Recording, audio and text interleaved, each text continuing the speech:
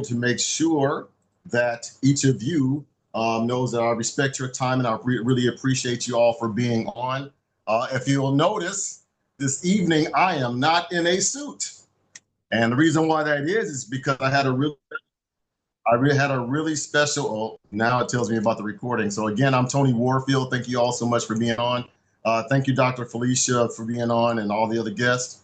We got a special guest tonight. I'm really excited about. I got a chance to meet her not too long ago, and she really impressed me. And she's actually a therapist, a mental health therapist, and is somebody that I think you would really appreciate being able to offer some very important tips. And I had the presentation up here before, but I know she's actually, a native of South Central Los Angeles. She actually grew up under her grandmother. I did, so I definitely have an appreciation for how she was raised and some of the economic challenges that we've all faced over the time. For you to be with a grandmother who may have limited income, but she always instills all that beautiful information into your heart and makes you a stronger person. So this young lady has a phenomenal spirit, and I'm really excited about what she brings to the discussion this evening. And again, I met her a few months ago, but in that few months, she's really been on my mind. And I invited her to come take a look at this presentation before, and she said, she really liked it, but she also would be great as an addition to this presentation or to this discussion. So she agreed to come on and share some of her knowledge with us so we can have a better understanding of how your finances affect your mental health. So real quick, just one quick plug. This new outfit that I'm wearing right here is actually for Black Infant Health. I'm really excited about the organization. It's a nonprofit organization that particularly focuses on Black mortality, right? So, if you get a chance to take a look at that, I'll share that information with you after the presentation. But I definitely wanted to be able to have the opportunity to present this young lady to you. She's super sharp. Her website is thehappytherapists.org. So make sure you punch that into your computer, your tablet, your cell phone, or whatever device that you're using. And without further ado, I give you Mrs. Janisha Mickens Ingram, the Happy Therapist. Take it away. Hello, everyone. I am Janisha Mickens. I am a licensed marriage and family therapist. I have been in the mental health and community health realm for about 19 years. Yes, I know I look a little young, but I'm old enough.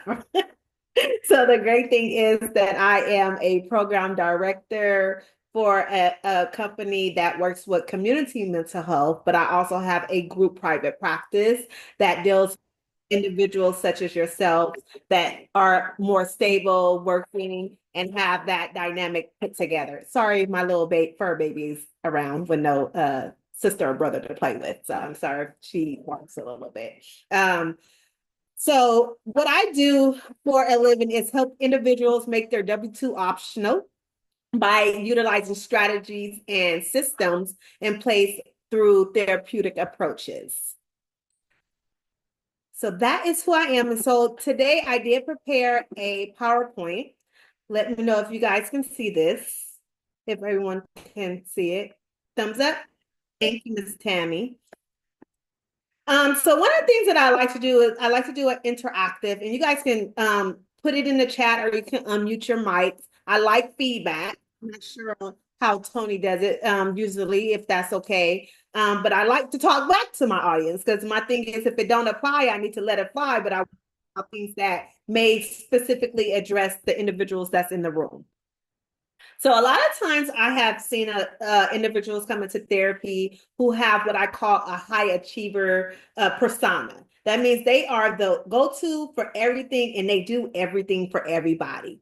So one of the things I want you to look at, and you guys can just have like a tally sheet of paper and you don't have to write down the titles, but I want you to just tally how many of these entities that you fall under, okay?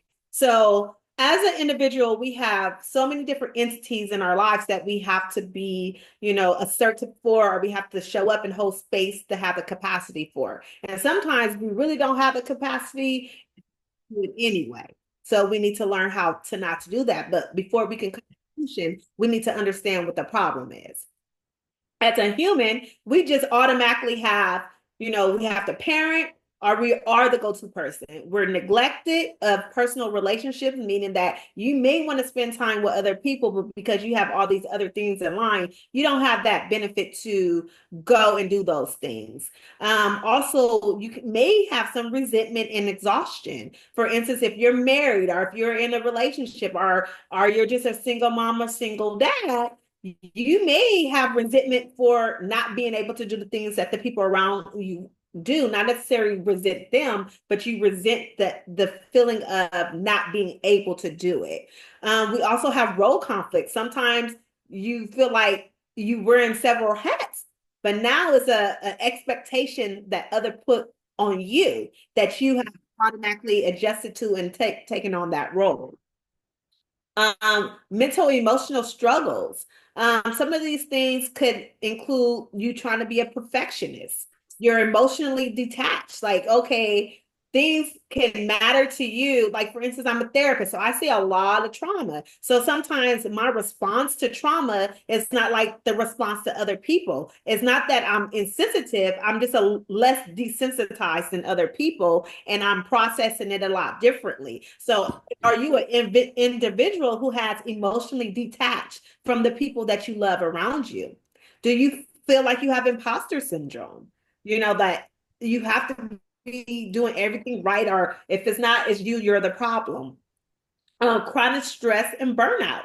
If you work a regular W-2 job and you're an entrepreneur and you're an auntie and you're an uncle and you're a mom, you're a grandpa, whatever it is that you're doing, you can have burnout because you're constantly going. Reminds me of the Energizer Bunny, right? It just never stopped. But when you never stop, then you eventually burn out in some type of way. Or if you're a faith believer, God sets you down because you're doing too much. Okay. Anxiety and overthinking. Sometimes you're thinking so much about what you have to do tomorrow or in the next hour, you don't even get the sleep that you need and the rest you need because your brain never shuts down. Some behavioral patterns are overcommitment, saying yes to everything. Are you a yes ma'am or a yes man? Micromanaging. If you have a business and if you work at a business and you're an employee, have you learned how to let go of things and allow your staff to do the work that you paid them for, if they're getting paid for? Are you neglecting your health? Have you been to the doctor? Have you been to the dentist? Have you went to, see about having a walk every day or setting some self-time, self-care aside for yourself on a daily basis? Do you consider yourself a workaholic, right? A hustler. I'm a hustler, baby. I go get it. I'm going to get all the money. No money on the table, right? We're not leaving no money on the table. If that's you, then it may be a problem. Too much of anything is too much, okay? Avoidance of vulnerability. Are you so consumed with giving out vulnerability or accepting other people's vulnerability and you're not able to output that? Some of the social and relational issues that may come up, do you find yourself isolating a lot? Are you getting invited to places and you're just not going because you're so burnt out because of the other categories?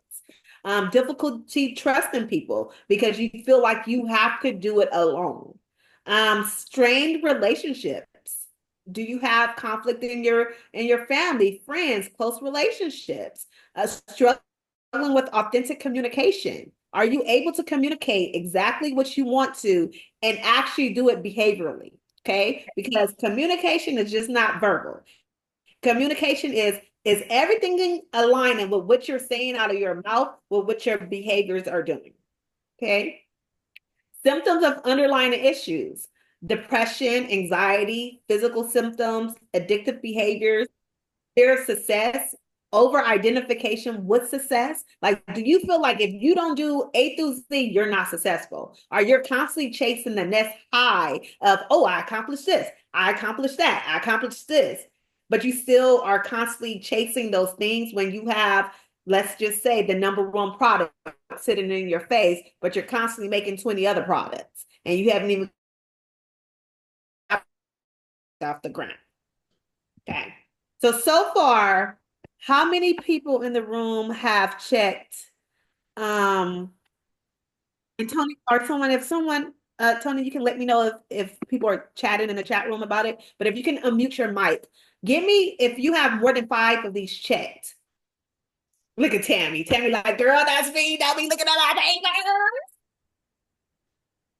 Well, I don't want to get in trouble because you tagged me a couple of times there, so we'll just leave that to the audience right now. So we know Tammy checked some boxes. Miss Landon, how many did you check? I'm sure if I were to go through about 4 or 5. Okay. What about you, Miss Linda? Yes, me too. Me too. You didn't say what number though. Oh, a lot, because I just work. So neglect of personal relationships, yes. Resentment and exhaustion, yes. Chronic stress and burn, yes. Yeah, I could probably check about 10 of them. So overall, can I just get 1 or 2 people to tell me how they felt when I was reading these things and actually explaining what it means? Like what light went off for you, or what frame of mind did it take you to? Oh, you got me. I'm feeling like I'm pretty jacked up over here. So Just a little bit, just a little jack.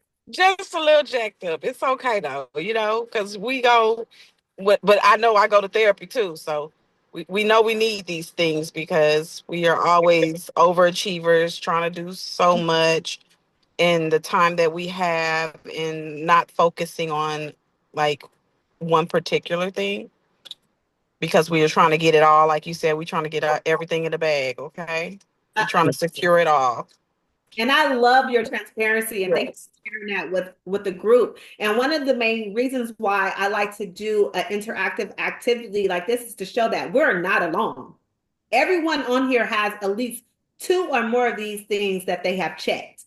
Not saying that you can't do those things or have those feelings, but it's important to know, how can I scale back from having this burden of a feeling to be able to be a better version of myself? And so here's like a little tool. I actually made this up myself. So I created this just to help my clientele that I work with. And it's pretty much to show you where you kind of fall in on the scale. Okay. So if you have about 5 to 8, you're a mild emerging high achiever. So you need to do some interventions, like, so you won't be severe. Okay. So you're at the bottom, but you slowly approaching. Don't get it together, okay? Number 2, for high achiever, your 9 to 12 category. These individuals are experiencing more burnout, more mental health symptoms like depression, isolation, racing thoughts, unable to sleep, loneliness outside of the things that they're doing on the day-to-day tasks, okay? Severe high achiever. This is where I resonate most. I am a high achiever, point blank. Was born to be the boss of whatever. I didn't care what I had. I was going to learn how to make some money off of it. And I was going to learn how to get more money off of it and build and scale, right?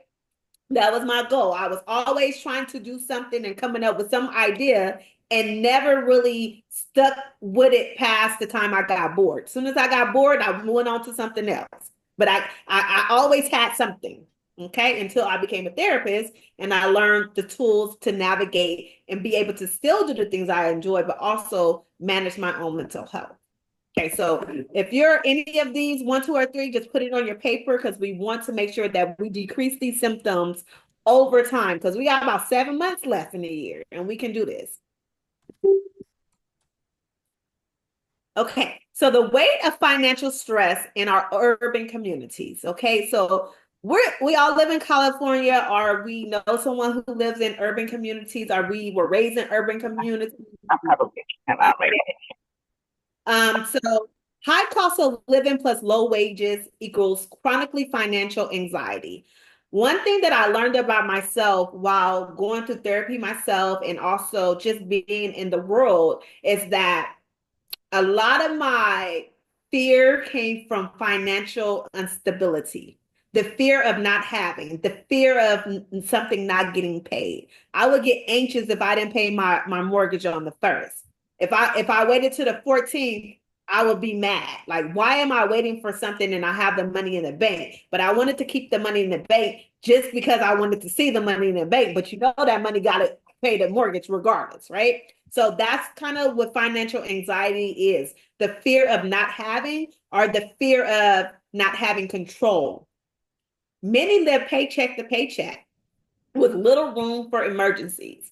One thing we have to learn is that we always make time and make money for the things that we want, right? And so being a Christian, a tithe payer, I have realized that and like I said, I don't know if everyone is faith-based. If it doesn't apply, let it fly. But if it does, clock it and write it down. So when I started paying my tithes, I used to say, well, I can't afford to pay my tithes for here, but then I went to the club the next week and I was paying the club money to get in, right? I was paying to go to a party. I was helping other people. So we make room and make money for the things we want. So there is a paycheck to paycheck, but you should be able to save something. That means you have to sacrifice for today for tomorrow's blessing. Does that make sense? Financial instability can lead to depression and hopelessness, irritability, family conflict, and sleep issues. It increases in substance use and avoidant behaviors. A lot of time people avoid going places or being around people because the stigma of the world. The world makes it so glamorized that you have to have this, have to have that. And people are doing it for the gram and doing it for all these other things, but they're not doing what makes them happy. And the simplicity, it doesn't mean that you don't financially have it, because wealth is not just financial. Wealth is mental, physical, spiritual, all these different components. So I see clients every day who are not lazy, they're overwhelmed. And being overwhelmed can cause mental fog for financial pressure and keep them stuck. So one of the things that we work on is working on getting our clients unstuck. Cultural pressure and generational mindsets. We always heard the saying generational curses. They're no longer generational curses. They are called generational patterns and behaviors. And behaviors and patterns can be broken. Okay. Curses is okay. But to put it in a mental health perspective, every behavior can change. So my mom is a substance user. She's been an addict almost all my life. And one thing that you can see is that I'm not an addict. I don't want to use or abuse drugs, but I made the choice. So I broke what was called the generational patterns, because I could have easily kept on a routine that I was so familiar with, or whatever behaviors that you see. If it's verbal abuse, it's the physical abuse, it may be emotional abuse. These patterns can be broken, and so can financial instability and financial anxiety can be broken as well. Make it out of the mud mentality, glamorizing grind culture, and over self-care. Limit financial literacy passed down, right? A lot of people are gatekeepers. We are not teaching our community. We're not teaching our children what financial literacy is, what the dollar amount means, what type of investments you can do. Everything is, I'm getting it for myself, but some people are getting it for themselves and failing to realize that you have to teach these culturally teach our children the patterns to get and maintain and sustain financial stability, which is financial wealth. Some shame and silence about money block mental health conversations. A lot of times we're afraid to be in rooms with certain people because of the financial status. We feel like we don't belong. And honestly, you really cannot tell anyone's paycheck by what they wear these days.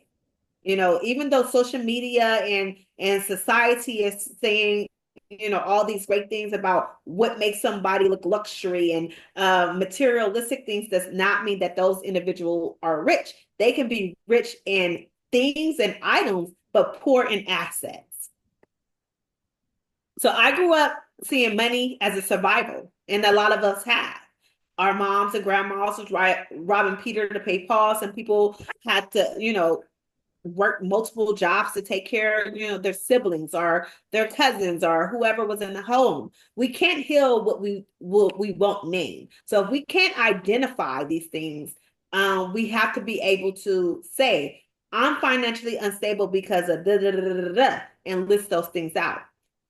Especially our relationships with money. When you have a poor relationship with money and you come from poverty or you come from having to work extra hard for it, it's very hard to let go. A closed hand cannot accept anything and it cannot release anything.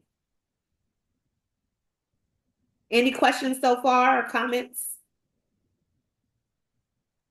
I definitely hear you. I identify with that extremely well because the way that I came up, we didn't even know we were poor until I went to school in the Valley, and that's when I saw the contrast. And then once that happened, it really did change the whole dynamic of how I was growing up. When you're around everyone else and everyone else is in the same situation, you don't really feel it. But then I go to school and I start feeling the pressure. I don't have the right shoes. I don't have the right jacket. I don't have the right clothes. I don't have enough money to go grab lunch off campus and do all the other things that everyone else does. It did impact me quite a bit. Mm-hmm. And you're absolutely right. Reagan? Yeah, I'm sorry. Janisha, I love what you said about the way you said generational patterns. It's no longer generational curses, it's generational patterns. I love that. My daughter is a licensed clinical social worker too, and I hear her saying, things to her clients. But no, I love that. I love that because it's like you think of a curse, curses can't be broken, but we know that patterns can be changed. Mm-hmm. And so that is a hope-giving statement. Mm-hmm. Absolutely. Mm-hmm. I love that too, because a lot of times you hear things and you're like, oh, curses. Well, what does curse mean? And like you said, that's not something that you could just say, okay, it's off of me. No. No, but you can change a pattern. Right, because TV will tell you a curse is a curse is a curse. And it's there for generation after generation after generation. Exactly. The things that I can say is that my daughter is a second-year college student in Southern University in Baton Rouge, Louisiana. She graduated with a credit score of 725, 750. She knows about investments to like the bare minimum, but she also knows about how to pay credit cards. She knows about interest rates. She knows about things that if I was to leave today, that she can financially be able to say, here is how I'm going to operate my mom's business. And I don't even have to operate it, but I know how to move money and I know how to get money through my business accounts, but and save my own personal finances. Mm-hmm. So she knows the basics to be able to grow and learn more off of that. Okay. And that's the goal for all of our children, to know the bare minimum. Even if we're not leaving them anything, the knowledge that we have as a culture will surpass our generation, their generation, and their generation. And that is what is called breaking generational patterns and behaviors.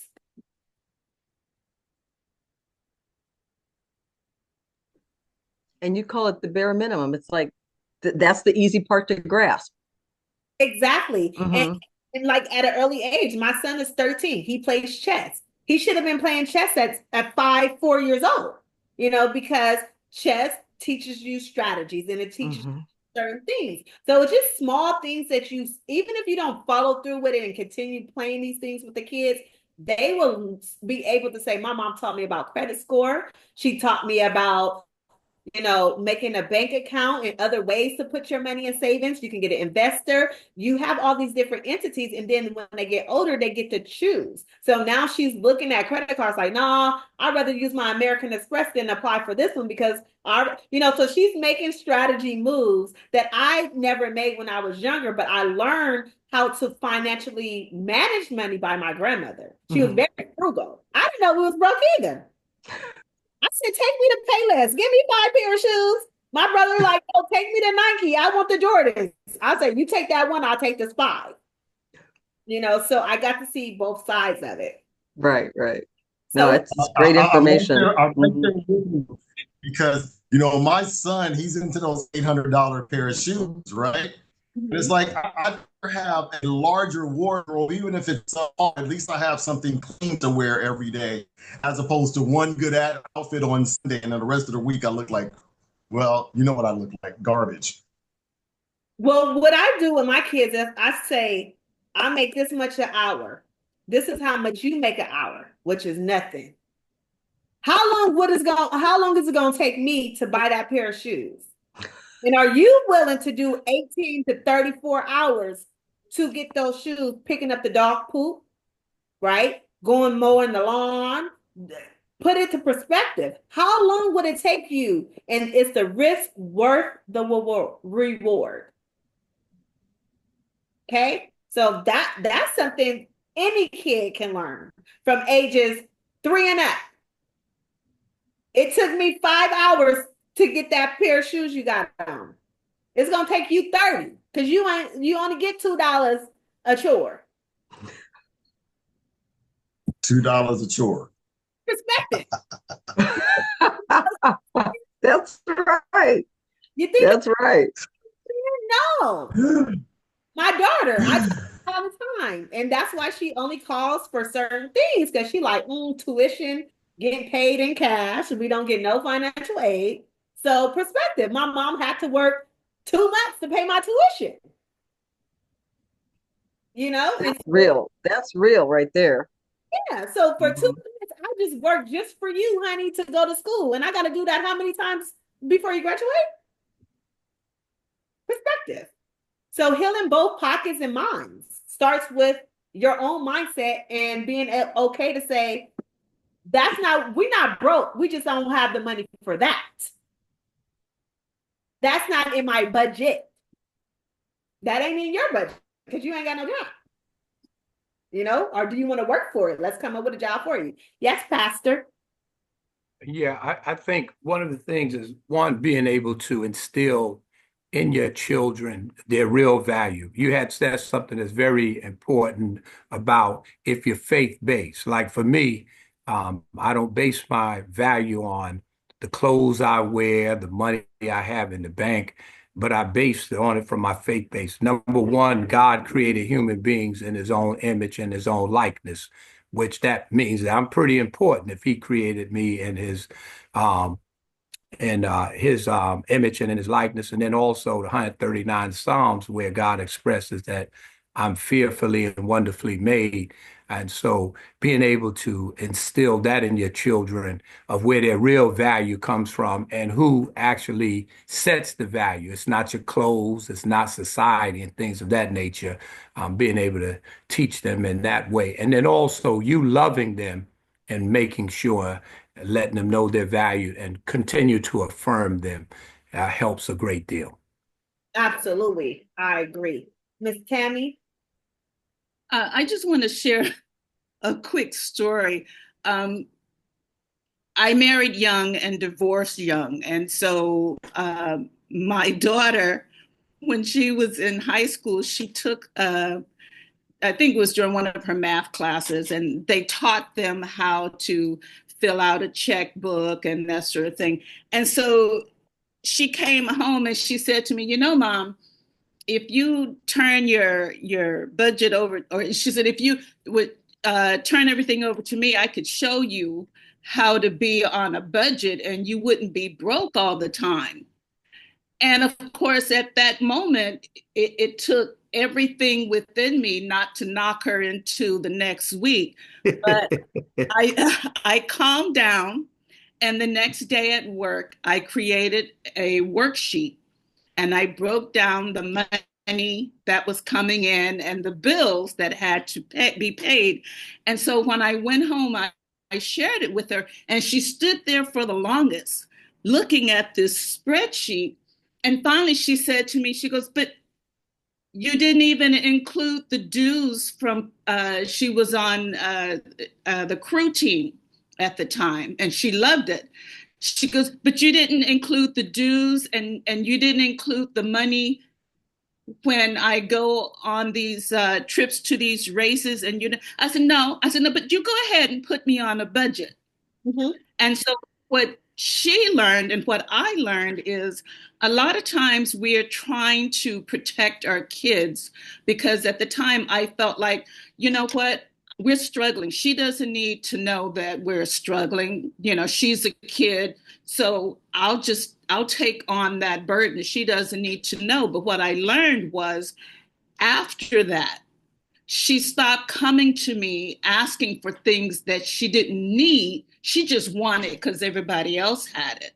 So it kind of opened her mind to the fact that, oh, mom's not saying no because she's mean and she just doesn't want me to have things. She's not making me earn the things that I want just because she's mean, And so it opened her eyes to reality, and it also took some of the burden off me because instead of saying no and have to break down and explain every little now she knows. Now she knows the importance of when you earn something, you value it more.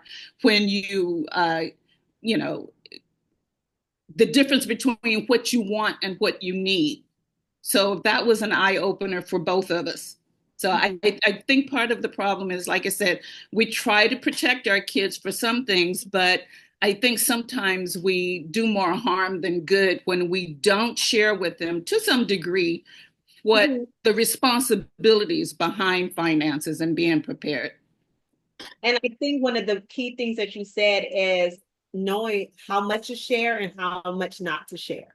And that's why it's important to have a family or a support system in place for when you don't know like how to address financial stressors with your children. I've married very young too, and I'm currently going through a divorce. So explaining separation and finances of we used to be doing these things, but now we have to scale back. It's a proper way to address these things with your children so that they won't have that emotional stressor from why mommy and daddy can't do it, or why they're learning how to adjust separately. So I think one of the things you did say that we all can take away is it's always a way to share without oversharing with your children. We don't want to put emotional turmoil on them because kids' problems are not adult problems. Felicia? Hi, I just wanted to find out, because I learned from my grandmother how to manage money and, have the 6 months overflow income for when things do happen. But unfortunately, like about 4 years ago, I was diagnosed with breast cancer, and that made me off work for a extended period of time, right? Um, I did share with my son at that time what was going on and the things that needed to change. And it was like 2 years before he graduated. And so he started doing things at his school, and people would come to me and ask me, is it okay if he does this? Without even sharing what was going on in the house, right? So now he can afford to do things, or he's very good with managing his money. When he buys things that are overpriced, it's because he plans to buy those things. And so, even now, I'm off work, and he's basically helping me to still maintain everything. And I feel like at this point, um, me sharing things that were going on, or him seeing what was going on and him stepping up, I think when they're children and you explain those things, like Miss Tammy said, they have a better understanding of how to manage their money and plan for the things that they want so that it's not a burden. And pretty much I shared everything with him because at that time he needed to know because we both were being stressed from different other aspects of life. Absolutely. Thank you for sharing, you guys. You guys are definitely bringing value into the room, and people are learning not only from me, but from your experiences as well. So healing both the Miss Janisha, I got a couple of raised hands here. I have Miss Tammy Moore who has a question. I'm sorry, I forgot to lower my hand. Okay, I'll take care of that for you. Oh, it's gone now. Anybody else?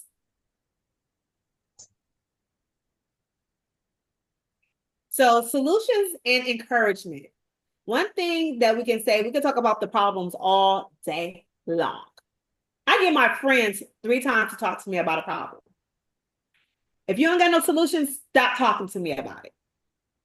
Then it turns into, do you want a solution or you just want me to listen to you? You feed into your delusional self. Are you ready for change? My clients are more sensitive. I'm gonna give you 4 days. We still gonna talk about the problem? Or we gonna come up with the solutions and start activating? You know, not saying that everything is overnight and things are gonna happen like this and like that, but we talk so much about a problem that you are creating a bigger problem. And so normalize therapy and financial coaching side by side. And I'm not saying that you have to financially pay for a coach, and I'm not saying you have to financially pay for a therapist. What I do say is that you need to utilize resources and normalize that it is okay to delegate your stressors. I used to hate numbers. I even went to the disability office when I was in college because I cannot stand numbers and I was afraid. And I said, I can't take this test.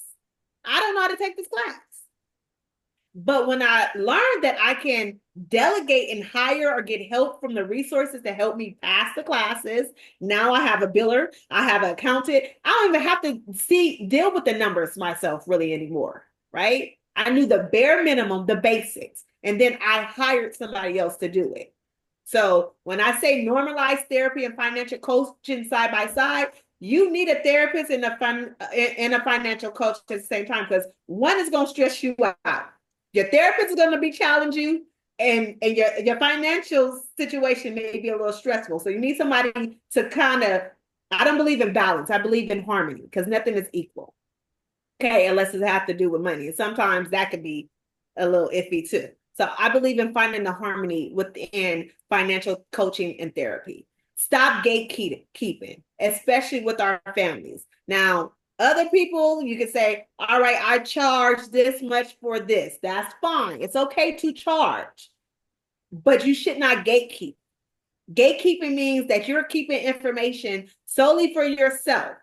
And if you have something and you know people want it, make it a digital product. So you ain't got to teach it but one time and sell it to somebody. Oh, you want to see how I did my system? All right, I have an ebook on sale for $29.99. The whole step is there. There you go. Go buy it. If you really want it, buy it.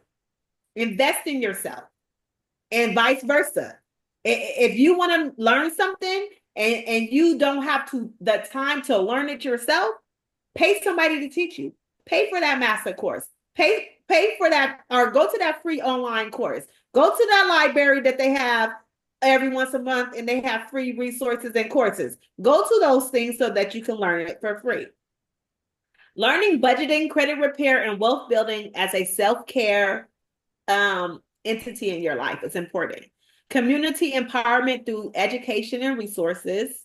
These are all solutions to our financial stressors and patterns and behaviors, which all affect our mental health.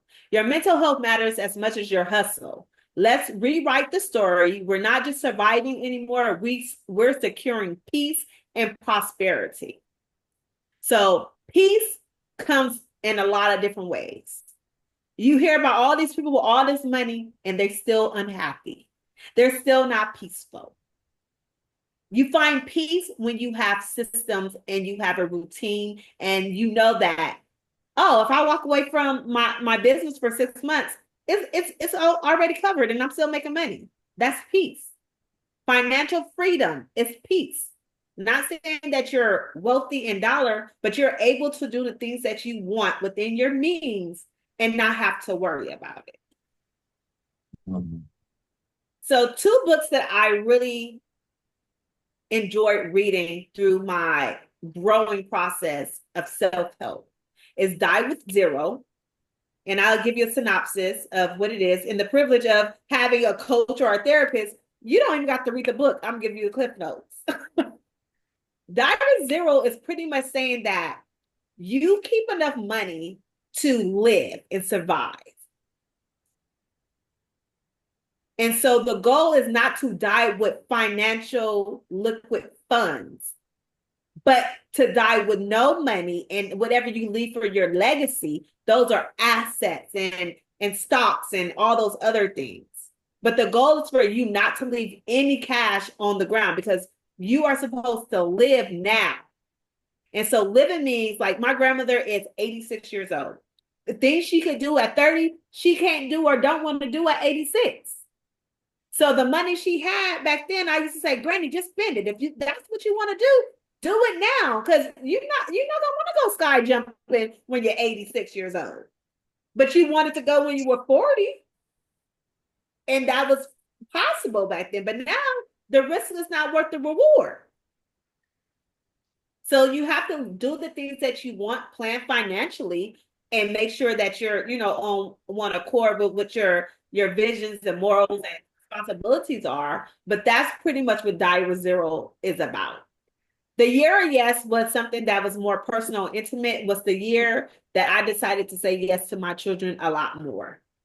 I did the whole year. Anytime my son came in and said, hey, Mom, let's play superheroes, I would stop doing what I was doing and I would play superheroes, even if it was for 5 minutes, because your family and the people around you, you can't replace that.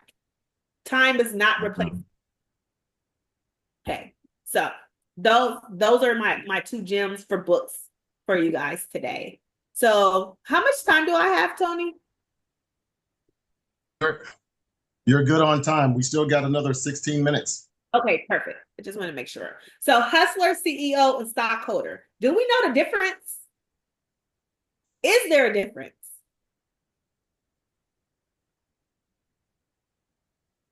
Yes, I'm gonna there's a say difference. Yes, there is a difference. So the difference is mindset in urgency, right? Hustler. So my dad was a drug dealer when all my life, and I didn't find out till I was probably in college or high school. I was grown when I found out he was a drug dealer. He was a hustler. So I automatically had those traits to go from selling Cutco to go selling Mary Kay. Like whatever product I was able to get my hands on, I was able to naturally sell because of my personality and the connections that I had. So I never failed in a business that I started because I looked at the risk. So I was a hustler. I would switch products out and just keep switching it. But guess what? I never had anything long-term financially. I didn't have any investments. Then you switch over to CEO. CEO is like you own your own business, you have staff under you, but you still got to come to work sometimes. Mm-hmm. But you can take about 6 months off and let it run for itself. A stockholder, you ain't even got to be there. I just show up and get my check. I just go to the bank. A stockholder has no responsibility to be physically active in whatever business it's in, okay? So the hustler is trauma infused most of the time. Service object equals a bill. Oh, I'm gonna see this client because I need to pay my car note today. right? Or I'm gonna have this workshop today because I need to pay Joe to go fix my plumbing.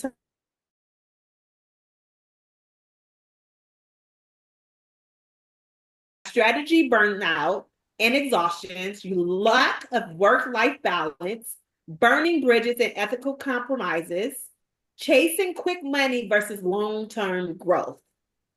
Emotional roller coaster. Your emotions are everywhere. You're cussing people out. You're irritated. You're agitated. You're frustrated. You're sad. You're anxious. Neglecting the bigger picture. So you're thinking in the second and in the moment, but you're not thinking for tomorrow. Okay, so that's like, okay, I'm going to get a hotel for a month, as opposed to saying, okay, let me see who I can stay with for a month, pay half of what I will be paying for a hotel, and then pay the half to the person I'm staying with who may need the help too, and that other half I can save to get a down payment on my own apartment, long term. Does that make sense? Okay. Yeah. So then we're going to go to CEO plus grow. This is where you finally get tired of being the hustler. You still the hustler though, because it's a part of you. Because I still got it in me. I just know how to manage those symptoms. And I know how to set boundaries. Okay. CEOs are vision and strategist thinkers. We come up with so many things and we know how to execute them.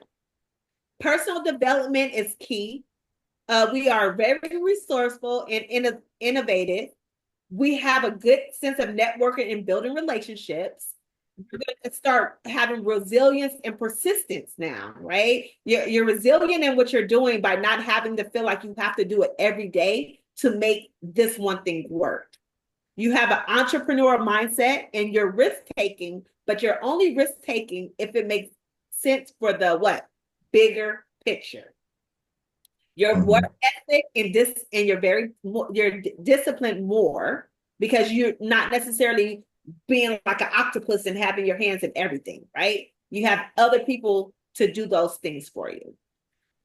You start selling and negotiating your skills. You're trying to figure out where your price point is. You're trying to figure out how much you're willing to take and what your worth is when you're going to these job interviews or whatnot. Adaptability and flexibility. You have more time to do what you want to do. Like I was able to do this and not have to go see clients or go to work because I have flexibility with my time. Okay. Stockholder. This is, I feel like, the ultimate goal for individuals who are just not wanting to work at all. That's not me. I could be a stockholder, but I'm still going to be a CEO, right? So a stockholder, in a sense, for individuals who still want to be have a company and be an entrepreneur and have a big business. I don't believe in small businesses because we're all big businesses. So our businesses is to scale. So scale means this key thing: less time, more money. Did y'all catch that?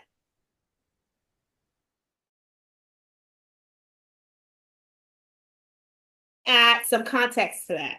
So I started off as a solo practice. A solo practice is just me working for myself, seeing as many clients as I can. I said, that don't work for me. I need to grow and scale. No, I said I need to grow. So I hired one clinician. And I'm like, well, this ain't working either because I'm still seeing 80 plus clients every 2 weeks. I don't want to do that. So I said, how do I scale?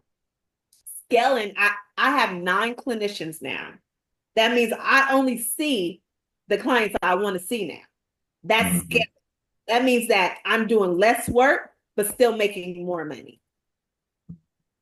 Got it? So our goal is to, in everything we do, is to spend less time, but still have the same value or more. Okay? That's even with cooking and all that other stuff. How can I save time in the kitchen, but still have a heart-filled meal with substance? Have them kids cut up them vegetables. Have that slow cooker on while you at work. Delegation. See, Tammy and Jennifer, y'all feeling me because y'all like, oh, I didn't get to dinner yet. So one of the things is financial rewards and investment returns to self-care. It reduces stress and responsibilities. It focuses on long-term growth and strategies. It increases time for personal interests, things that you actually like doing.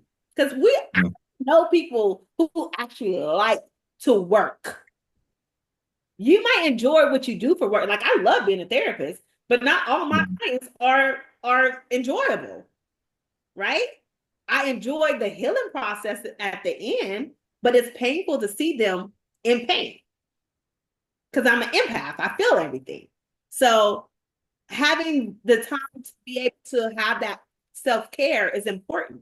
Okay. You increase time for personal interest, opportunities for passive income. Passive income is something that is out on the market that just sells on its own. You don't have to do anything. Hence why I said digital products, right? This PowerPoint, this presentation right now, if we wanted to, we can say, go buy this masterclass for $24.99 and just put it on our website. And guess what? Whether people go to it or not, it's already done. So passive income is going to come because somebody want to hear this information. Now, Tony, don't be going to get rich off me today, okay? This is all you, Mrs. Mickens, all you.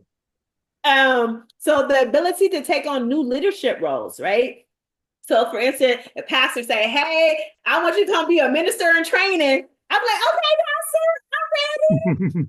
Because I got the time, you know, and if that's what I want to do, I have the availability and the capacity to choose to do something like that. Your influence on corporate governance, right? So at my job, once I became licensed and I had my own business, and I wasn't being cocky, but I was being honest, you can't tell me nothing. This is an option for me. I will walk away and I will be okay, right? You make things optional when you have financial freedom and the tools to scale your business past what you already have done. Okay. And then individuals on the corporate level will start listening to you because for some reason, the people at the bottom never heard, but they have all the great ideas that make the companies work. It's so backwards to me. But now that I'm at that level in corporate America, guess whose mouth they hear? Mine, because I'm advocating for the people who could not advocate. Okay. So that's another reason why you want to start switching your mindset. Time and reflection and personal growth. You get to read a book when you want to. You can go to a conference if you want to. You're going to make time to do the things you want to do to grow personally. And you're going to come up with an extra strategy and wealth realization. You have that exit strategy from when you were a hustler. You just learned how to execute it through the CEO and the stockholder and to become the stockholder. So everyone have seen 688, hopefully, because it was a great movie, right? Absolutely. It was a great movie. So it's all about coming in with a system that was blurred, right? They presented it as one way, but when they got there, they saw it was another way. And so when we talk about creative systems, and if you watch the movie, you know that eventually the leader became the student, and the student became the leader because they had to tell her, no, I know this perfume came from this city or this state, and this material comes only from this location. So they all work together, and the leaders start collaborating, and they mastermind to tackle one goal, which was to get the people the mail. Okay. So Yes, ma'am.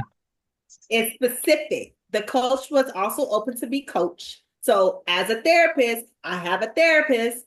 As a mom, I talk to other moms. As a minister at my church, I talk to God. I talk to my pastor. You know, these are people that you need to have around you, whatever entity that you are in. You need to be coachable. If you're not coachable, then you just gonna stay in hustler mode. Okay. Measurable.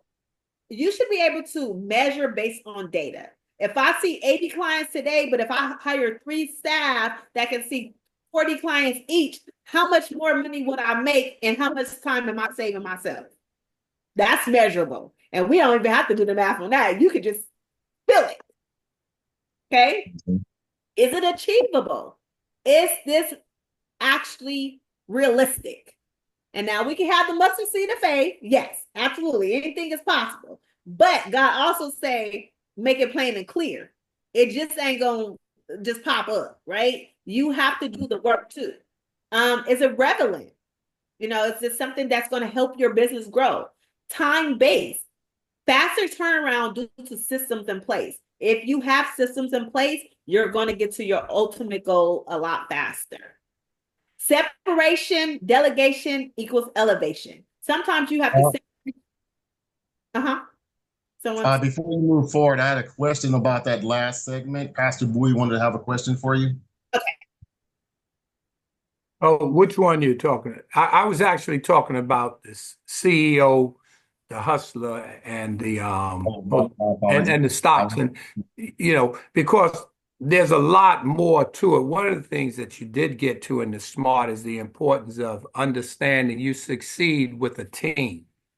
I think one of the challenges that one of the big myths is that we're given the mindset that, it's all about the individual. I did it all myself. But really, if you're going to be most effective, and that's where the CEO comes in, but also that's a process.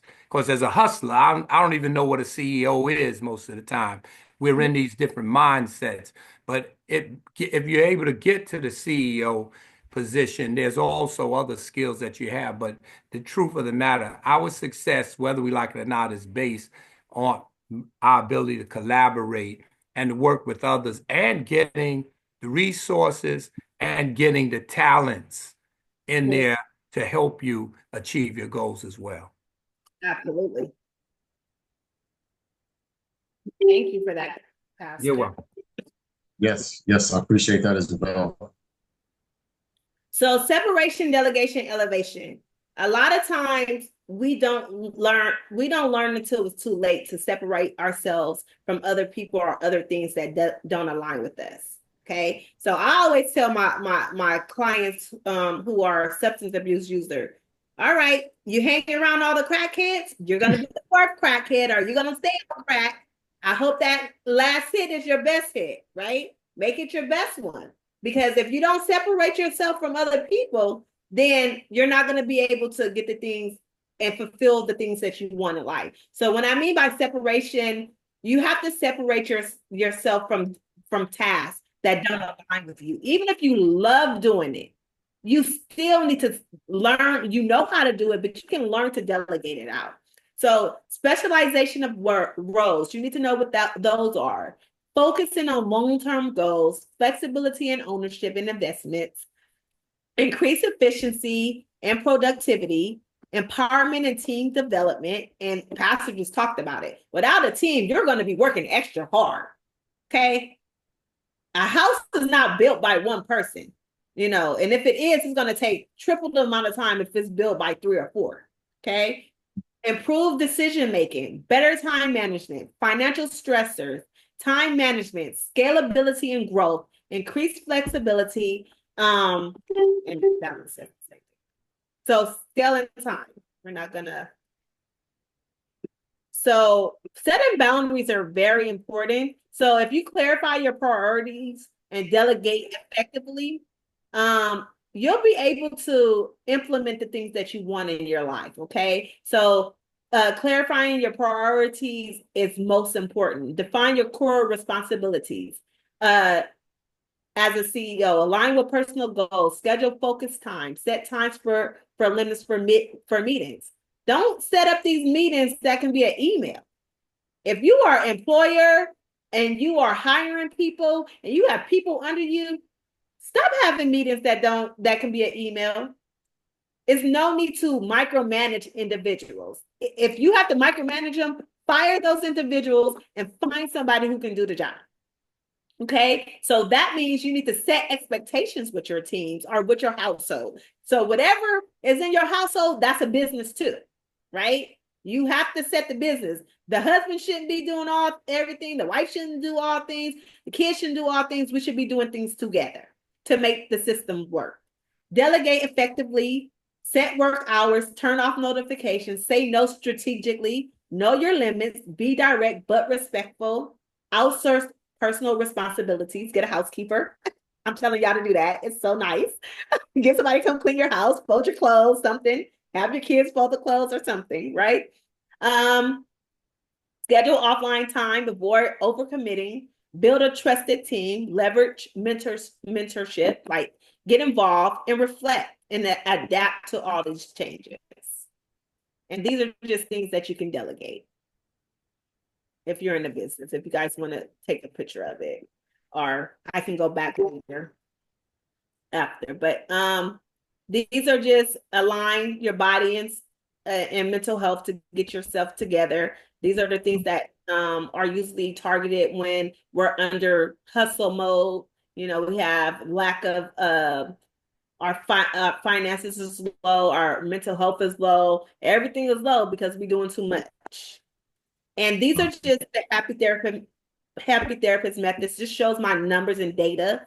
I'm very transparent when it comes to telling people like the system works if you use it. So this is where I started off in 2023 and my numbers increased in 2024. So you can see the quarters and stuff like that. So with systems in place, it not only helped me in my business, but also helped me in my personal life as well. And so overall, I increased my business in 1 year, 36.47%. Most jobs only offer a 3% raise. Okay. If someone decides to leave their W-2 job, there's no limit of how much income you can grow. And you can still have your job and do this too, because I'm doing it. You just need to know how you can do it if it's realistic. Okay. The Happy Therapist income has increased over 1,000%, way more than what a W-2 job could provide it in the same time. Before we consider taxes and other smaller operating expenses, you must also, you almost made as much revenue this year. This is my my numbers girl who sent me these notes. This is what she was telling me. So I didn't do this data. She sent it to me. And she told me pretty much I made as much net revenue this year as Happy Therapist did over in 2023. So she just broke down my numbers for me. So who don't want to grow 36.47%? My job 3% last year. 3%.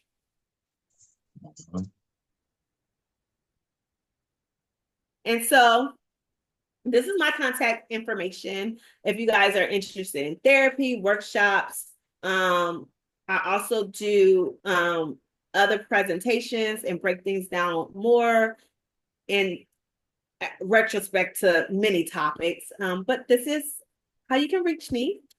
And thank you guys for having me. Any questions? That was absolutely phenomenal. So you were kind of all over me on that presentation. So I just want you to know that, you know, I'm glad I still got some backside left because I feel like you just chewed my butt right off on that. But, you know, I'm really into catchphrases and quotes. And I think, you know, my favorite one is don't set up a meeting that can be an email. That right there is so spot on. It's all over me right now. So I'm definitely gonna take advantage of that. And I also like what your comments about delegating and making sure you set your priorities, because, you know, everything, you've heard of the urgency / important table. Like, is it urgent, not urgent, important, not urgent, that little diagram. I use that a lot because it might be urgent, but is it important enough for me to actually do it? No. Or it might be important, but it might not be that important, but it is urgent, right? So depending on how that works, I use that a lot, but just putting it simply, excuse me, don't set up a meeting that you can make an email. Excuse me, I need to get something to drink. Take over, Pastor Josie. Excuse me for that. I had to clear my throat on that one. Hello, everybody. Thank you so much for sharing. It was great information. I thoroughly enjoyed it. I can identify, I can see myself on many, many levels. And I thank the Lord that I'm working toward that good old stockholder position. And yes, ma'am. Yes, I've been all those roles, so this is really good. And Tony says I'm a workaholic, but it's all good. I'm She strategic is in a my planning. workaholic. He's absolutely a workaholic. That's why I told her to take over just now. If anybody on this call needs to learn to delegate, is this young lady right here, Pastor Josie, Miss Mickens. She's a lot like you. She's like, she got 11 jobs, right? And she's not a micromanager, not by no stretch of the imagination, but No. she is someone that cares about everything that she does. So she'll be up messaging me. She's in North Carolina. And I'll get a message from her at 11:37. I'm like, wait a minute, it's almost it's after 2:30 a.m. your time, and she's just now winding down because she's still working on some stuff. And then I'll get a message from her at 4 o'clock in the morning, which is 7 a.m. her time, the same night. So I'm like, Tony, somebody has to keep you on your toes. Somebody, you know what? I appreciate that, Pastor Joe. And so before I ask this next question, I wanted to highlight a few people that were on tonight because Mrs. Mickens, I really wanted people to appreciate the conversation tonight because everybody that's on this call right now, including some of the people that had to jump off a little bit earlier, they all are in charge of groups or they have a flock.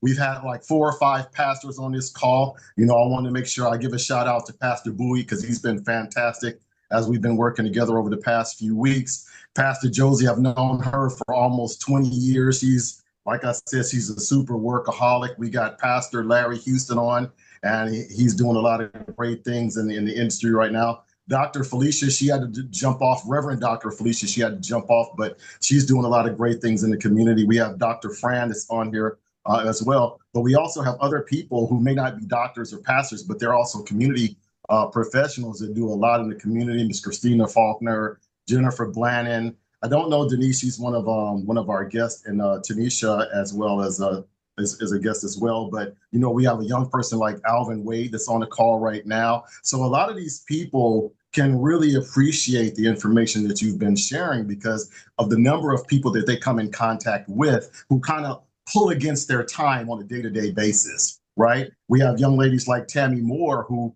it's like she has this rebirth of all this new knowledge that's coming into her life. And I've actually seen a change in a few months that I've known her with the information that's been shared. So I really appreciate you taking the time to come on here. And I promise I won't get rich off of this. This is literally for the community, for them to be able to take advantage of it so they can be able to learn a little bit more, to be able to make that 36.47% increase net income.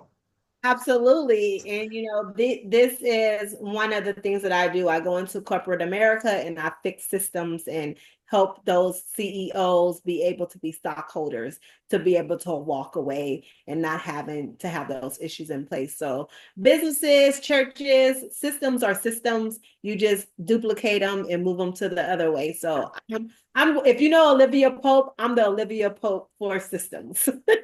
All right now. I love it. I love it. So does anyone have any questions before we get out of here? I think it was great information.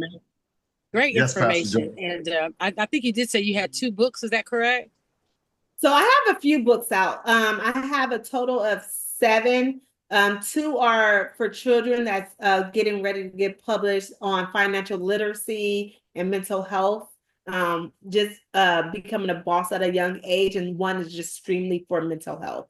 But I have they're all on Amazon under Janisha Mickens. So I have Their Fire Ain't Your Fire, teaches about boundaries, and I have entrepreneur books as well.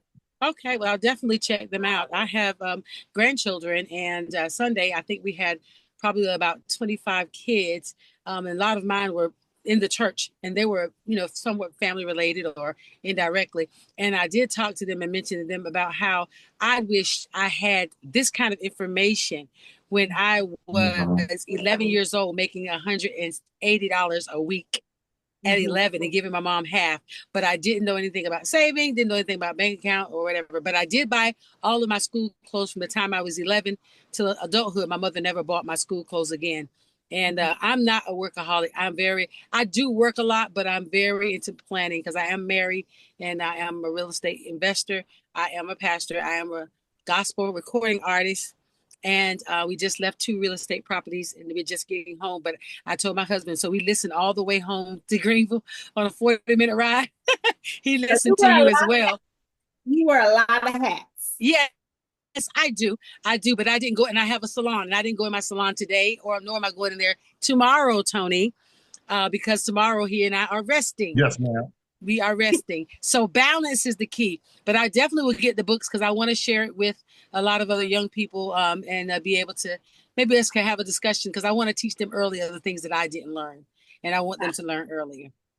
So the kids' books will in sometime next week. It's still in the last editing phase, but they will be on Amazon next week. Oh, that's soon enough. That's perfect. Congratulations to you and to all the other people that's on the line, the great bosses and sisters and brothers that are connected. As I'm so glad to be a part of such powerful women. I love iron sharpening iron. And so that's what we're here to do, to sharpen each other so that we can all be better and more effective in what we all do. Thank you. Absolutely. And I appreciate you guys' time. You guys have an amazing day on purpose. I think somebody else had their hand up. Yeah, Tammy Moore has a quick question.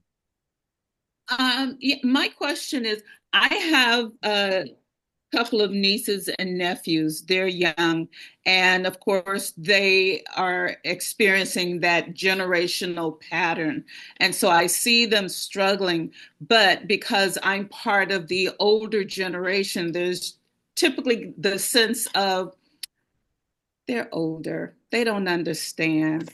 What would you recommend, or is there a way you would suggest that, I mean, whether it's books, your books, or the books that you referred to earlier, how do I reach out to them without coming across as, I'm the older generation, you should listen to me, kind of? Because when you start talking to them, oftentimes when you start talking to them about money, the mindset is, first of all, they don't have the education, the financial education, or the encouragement and support that we're getting here. So I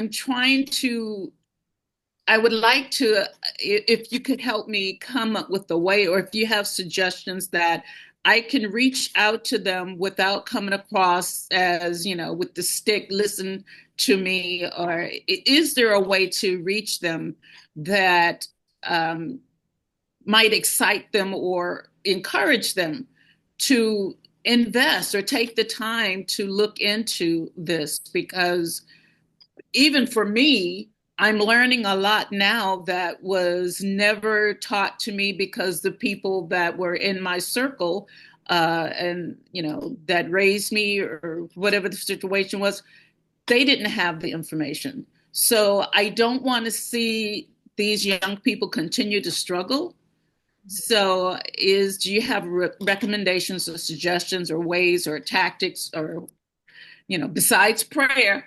I mean, prayer is good. I do that on the regular, but I'd like to be able to get through to them and encourage them to look. So you're not by yourself, right? It's not just you. You have a community. You have other family members. So maybe it's something like, hey, we're going to have a game night, but then you're going to present something like financial first. Like, we're going to do a team building activity, get to know each other, or, have fun. But then we're going to talk about financial investments, or find one investment. You have to find avenues, or maybe finding a workshop for them to go to as a family or as a youth.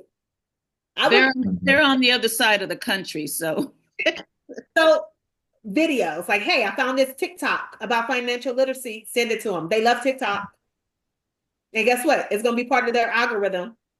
So I feel like you have to figure out meeting. So I know in the Bible it talks about the God has never changed. God stays the same, but the generation has changed. So you have to change with the generation. Not saying that you have to convert into the worldly things, but Kids don't sit down for an hour for this. They're not gonna sit down for an hour, but they'll sit down for 30 seconds and watch a TikTok that talk about making money, looking luxury. So you just have to find the right entities to be able to be relatable. You know, so my kids are, one kid is a book nerd, and then the other one, she likes to be outside, so they learn differently. You know, so chess is something my son loved to do. So I'm teaching him life skills through chess. I'm teaching him about the Bible through chess. God uses us as a pawn sometimes because the pawn can be promoted to a king, and the queen protects. So the people around us are congregation. So we're protecting the pastor because a lot of people are. So many ways you can implement through strategies. So I hope that kind of answered your question. Yes, thank you. Well, that's great. I'm like, that wasn't accurate. Well, I think it's fantastic. You know, again, everybody, I appreciate everybody for hanging out with us. We're a little bit over. We're about 18 minutes over time, but I think it was definitely worth the time. Do me a favor, Miss Mickens Ingram, if you can go ahead and put your contact information up one more time before we get out of here. So igniting resiliency and perseverance therapy is a vibe. If you want to reach out to her, check out her website. Please take the information that's on the screen right now. I think that this conversation is one that's very poignant, and we should continue to have it. You know, many of us are, as I stated earlier, are leaders of groups and various organizations. We have businesses and whatnot, and there are stressors that are involved in, you know, going from that hustler to that CEO to that stockholder. And, you know, since we're all stockholders in our lives, we have to be active in everything that we do, and we have to be purposeful in everything that we do. So again, I appreciate Mrs. Mickens Ingram for joining us today and being a special guest speaker and very thorough with her information. And I really appreciate all the questions that everyone had. We had a few people jump on late, Miss Tanisha, Mr. Wade. I think I saw one more, Miss Denise. So this presentation was recorded. So make sure you reach out to the person that invited you to this call and request the link to be able to watch the presentation in its entirety. And of course, if you have any questions for our happy therapist, make sure you grab the information that's on the screen right now, and feel free to contact her directly, or whomever she, what's the word I'm looking for, delegates to be able to handle your contact information. So if no one has any additional questions, I thank all of you for being on tonight, and I look forward to seeing you all next week. I'm going to be talking about the infinite banking system next week. So it's going to be a really, really wonderful educational program for you all. So again, thank you all so much, and God bless to you all. Hey, Tony. Thank you. Tony. Pastor Bowie, yes, sir. Yeah.